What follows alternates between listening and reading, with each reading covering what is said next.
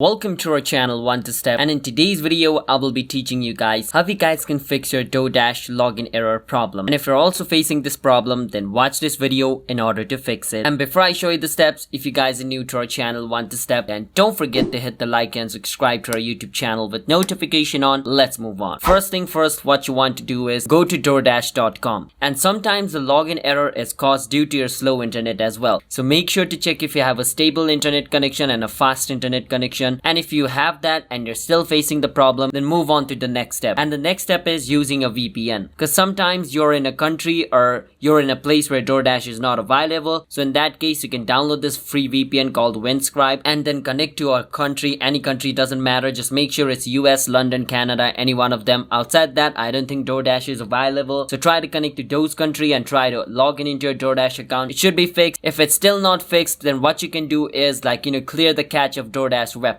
How you guys can do that is, if you're opening Doordash on your app, then you just delete your Doordash app and reinstall it again. But if you are using a browser version of Doordash, in that case, just click on the three dot of your browser, which is going to be in every browser in the top right section, and go and press the settings. And inside the setting of your browser, make sure you're under privacy and security, and go and resist cookies and other site data. Inside this, scroll a bit down until you see all site data permission. Click on it, and over here you can search for Doordash. Once you search for Doordash, it's going to show you just like this. Right beside Doordash, you can see this little dustbin icon. Click on it, click on clear, and your Doordash page will ask you to reload it. So just make sure to reload this page. Try to log in into your account and your problem should be fixed. And sometimes Doordash goes into server maintenance, which means they are fixing the problem they have on their server. If that's the issue, then the only thing you can do is wait until they fix their servers, alright? So yeah, that's how you guys can fix Doordash login error. Hit that subscribe to our channel One to Step. I'll see you guys next time.